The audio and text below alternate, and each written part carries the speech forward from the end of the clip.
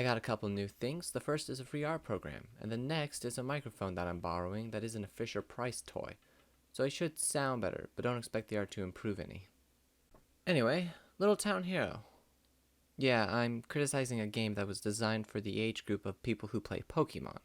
That's what I was going to say, but the majority of people who play Pokemon anymore are mainly 30-somethings who buy the game to remember a time when they didn't have to traverse an entire city to catch a Caterpie. We start with our protagonist, default name Axe, and his main goal is to be the very best lumberjack. What's that? He isn't even a lumberjack. Then why didn't they make the default name Pick? Did the mother, or rather writer, think it was too on the nose? Then again, he barely even works at the coal mine. Axe's goal is to go out and see the world, one that remains a dream because the marketing team had a different idea. The brilliant plan to get outside the village is to set his friend, Nels, on fire and claim that the village is doing the same except with less flames. Of course it doesn't work, but I want to know what their plan was once they slipped past the gate. Did they expect that none of the other guards would notice when they tried to exit the town? No one's allowed to leave the village except soldiers. Of course, the veteran that he gets to train him brings this up, but still, I do wonder why protagonists of this nature are generally really dumb. Probably because he keeps butting heads with his other friend on every little thing. But what else do you expect from Gary? Matak.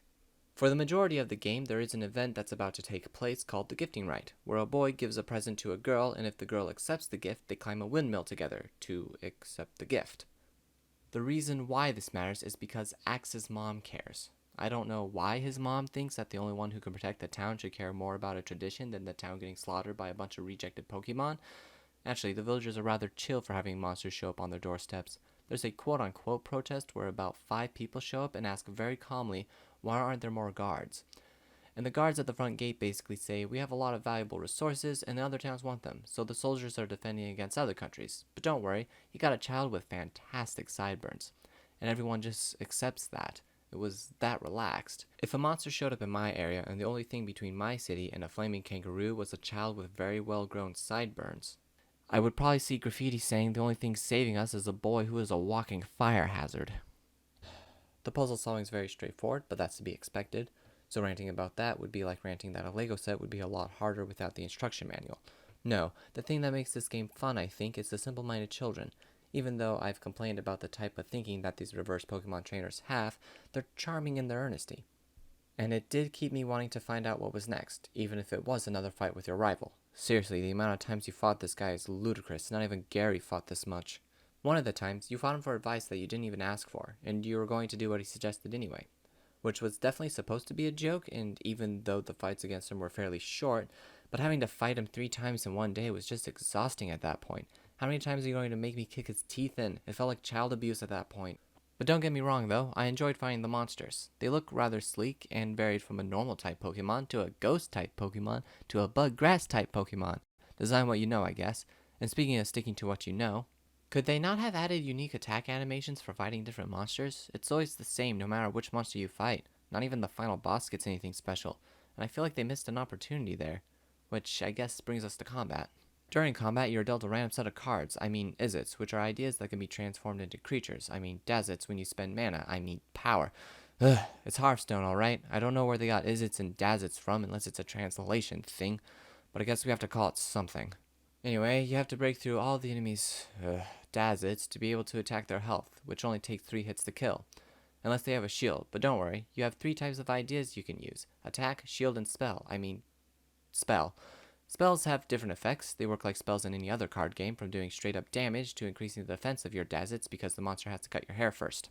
Then shield, which is the only one you can use multiple times in one turn, and attack, which you can only use once per turn.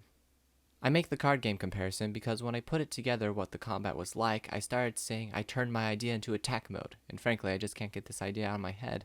The unique selling point for Little Town Hero, besides taking place in one town, is that it's secretly a board game, where after every turn you move 1 to 4 spaces and have NPCs, some named, some not, to help you out in multiple ways, from adding more cards to your deck to acting as spell cards for you to use.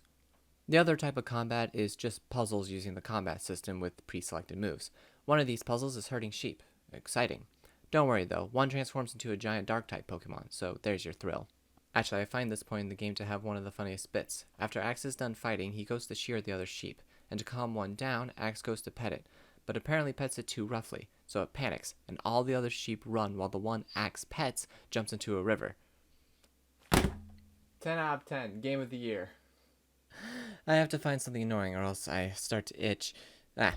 I noticed that the camera must have some sort of undying love towards slopes, since anytime I go down at a slight incline, it attaches itself to the ground, and I have to pull it back up so I can see more than just the luscious sideburns.